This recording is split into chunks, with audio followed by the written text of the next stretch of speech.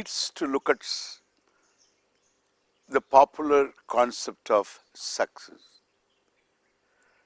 whether it is acceptable.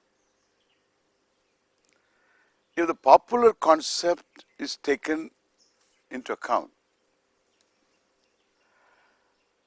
as a concept of success, one is going to be fractionally successful, which is no success at all.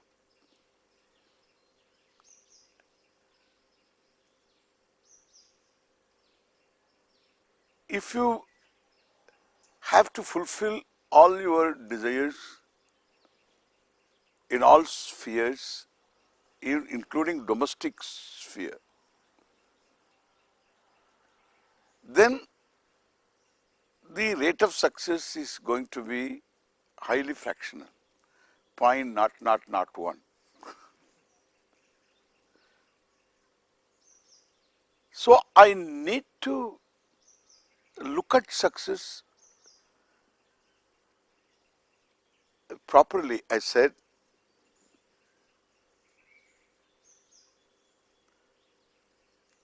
and entirely differently. I said desiring is a privilege. Desires are the manifestation of this privilege, Icha Shakti privilege. Therefore, why should I not enjoy the privilege? That I have desires is a privilege. Why should I not enjoy? I cannot, because desires are meant to be fulfilled.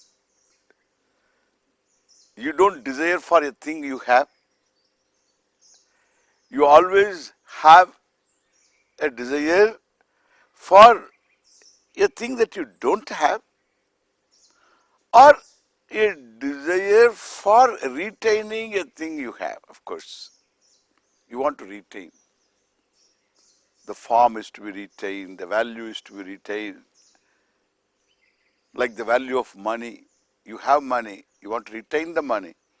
Then you have to retain the value of money against inflation, which amounts to investment, which amounts to taking risk, correct? But that's how it is. So one has a desire for retaining what one has and what one looks upon, what one has as something valuable. Then you have desires to avoid, and you have desires to get rid of. Once upon a time, desires you had to acquire. You acquired. Now you want to get rid of. You bought a car, you want to sell the car. You bought a house, you want to sell the house. You got a job, you want to resign this particular job, give up this job and take up another job. So we want to get rid of also, and we want to avoid also all our desires. Therefore, if I cannot avoid, I am a failure. If I cannot get rid of, I am a failure. If I cannot acquire, I am a failure. If I cannot retain as I want to, I am a failure. Therefore, so unfulfilled desires make me always defeated, feel defeated. This is common. This really eats up the person's peace. Is not is not a person is unambitious. Every person is ambitious. But these failures make the person emotionally paralyzed. And the person begins to develop a starting trouble, despair, feels as though it's all meaningless. Life is meaningless. Because no self-esteem. When no self-esteem, then others' approval becomes very important. That is the reason why I said we need to redefine success. Not to solve this problem, but to look at success properly amounts to redefining success, because I have to take into account that I desire is a privilege. So I should enjoy that privilege. It should not become a source of despair. It should not give me a sense of failure. I must enjoy desiring. I must enjoy fulfilling those desires. Correct? I am healthy, therefore I have ambitions. These days people have guilt because they have ambitions. It's not a problem. Desire should not be a problem. It's a privilege.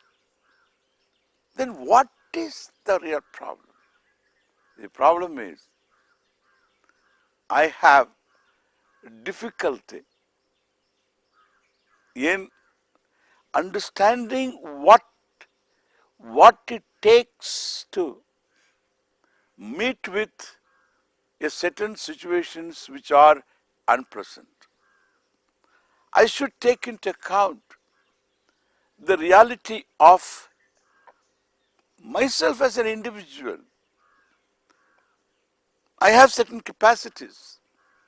I have certain limitations too. I need to recognize that. It's very important. When I recognize that, then I will have a certain attitude towards these very what we call unpleasant situations caused by my desire fulfillment pursuits. When I have a desire, I work for its fulfillment. And when I work for its fulfillment, I have a plan. And without a plan, I cannot work for a desire fulfillment. I have a plan. My plan may be wrong, may not be adequate, but that is acceptable. That is expected also. Because as an individual, I am not all-knowing.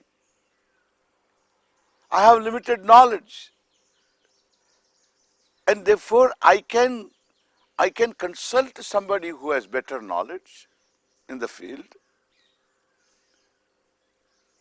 And that is all planning. And therefore, taking into account the knowledge I have is limited. The limitation of knowledge is taken into account. Then the limitation of my Shakti also, my power,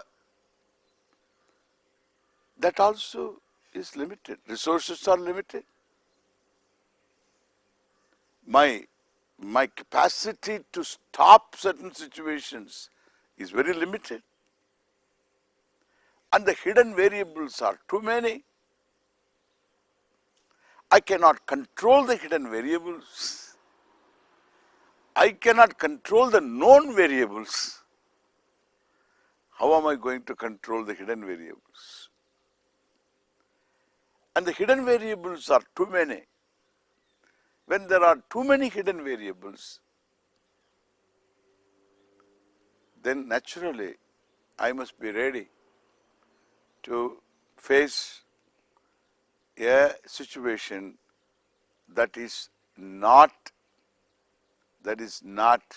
acceptable. Originally,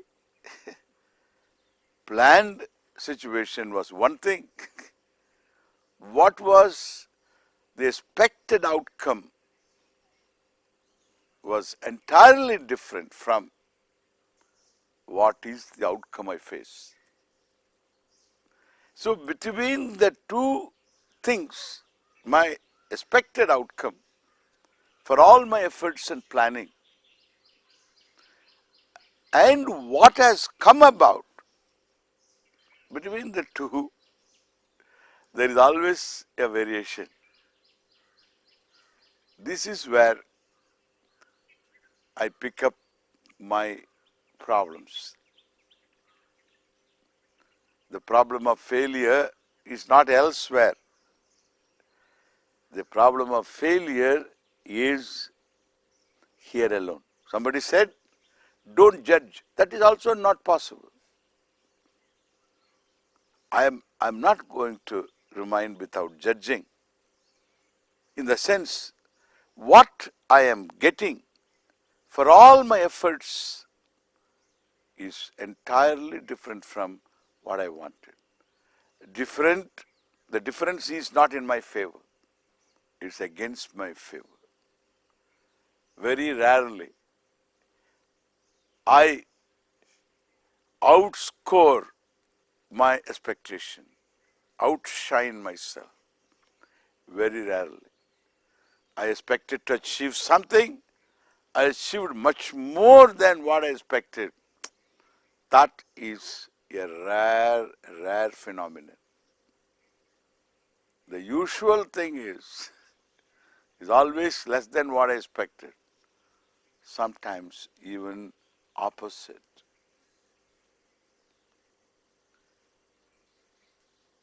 And therefore, what is success, if you ask me? I will say, my capacity to handle these realities. That's called success. What is my capacity to handle these realities? That I am going to face situations which are less than what I expected. The outcome is less than what I expected. Sometimes opposite. Rarely equal and much more rarely more than what I expected. But all these are to be handled. If I can handle what is equal to my expectation and what is more than what I expected, if I handle that objectively, dispassionately, then I can handle the other two. The other two is less than what I expected and opposite to my expectation. My usual example is, I want to catch the bus. The bus is on the other side of the road. It is standing there. I cross the road to catch the bus. So this is my plan effort. I look both sides of the road. I dash to the other side and catch the bus. It's equal to my expectation.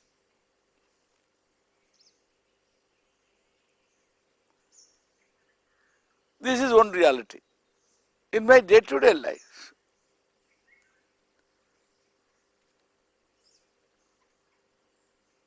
then I cross the road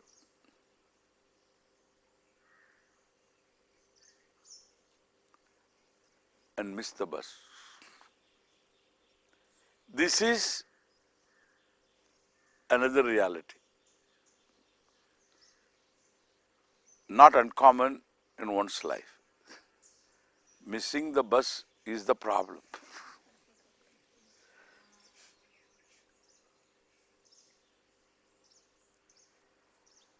Then I crossed the road. A friend of mine offers a ride to my home, stopping his car, requesting me, "Are you going home? Get in." Wow, this is very rare. But then it does happen in one's life. More than what I expected. I crossed the road and got a ride. Equal, more. And then less, miss the bus. There is one more you have to remember. That is also reality of life. And that is, I crossed the road. Attempt to cross the road.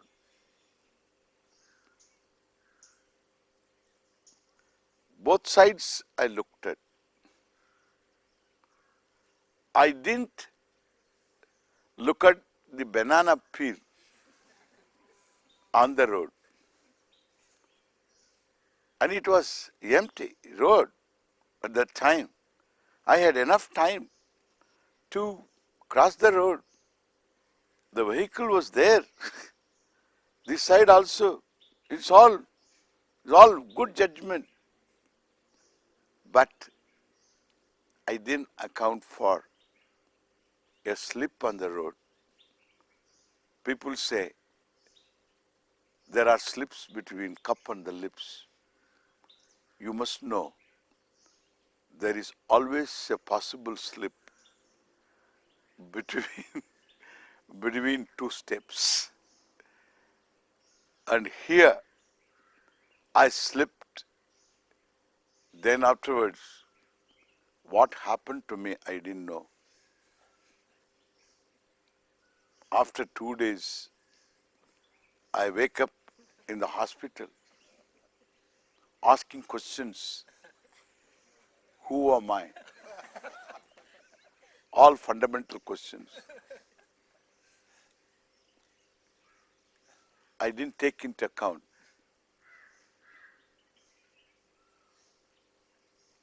the slip, which is a possibility. Every planned effort is fraught with this fourfold outcome: equal, more, less, opposite. How do I handle them?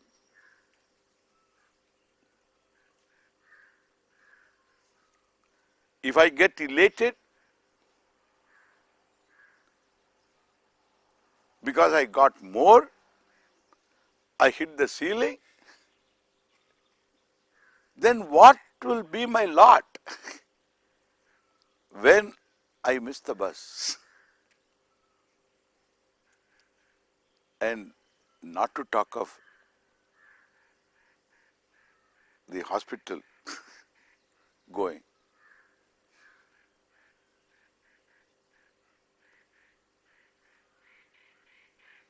If I can handle these two realities, one is getting exactly what I wanted, very rare. Then more than what I wanted, if I can handle this very dispassionately, with a proper attitude. Dispassionately means subjectively. Well, that takes a certain attitude. Then I can perhaps retain that attitude when I face less than what I expected without a big self-esteem damaging judgment about myself. Because in every action this reality lies buried. Therefore I have an attitude in keeping with my understanding that every action is fraught with this third result. And also the fourth result, the opposite. When these two come, I can retain the same healthy attitude of certain objectivity. Of course, these are unpleasant. I'm not going to be ecstatic. I'm not going to be much less happy. But I can take them without a sense of failure. That is understanding. That is attitude. Attitude born of understanding. No attitude is abiding, lasting, real without understanding. Understanding of topics which are relevant to what we are talking about. One has to know the background topics with reference to this, proper, improper attitudes means proper understanding of the relevant topics accounts for proper attitude. No understanding or inadequate understanding or improper understanding of all the background topics amounts to having improper attitude, leading to a self-damaging judgment about oneself. Life is full of these unpleasant situations. I have a new neighbor, unpleasant situation.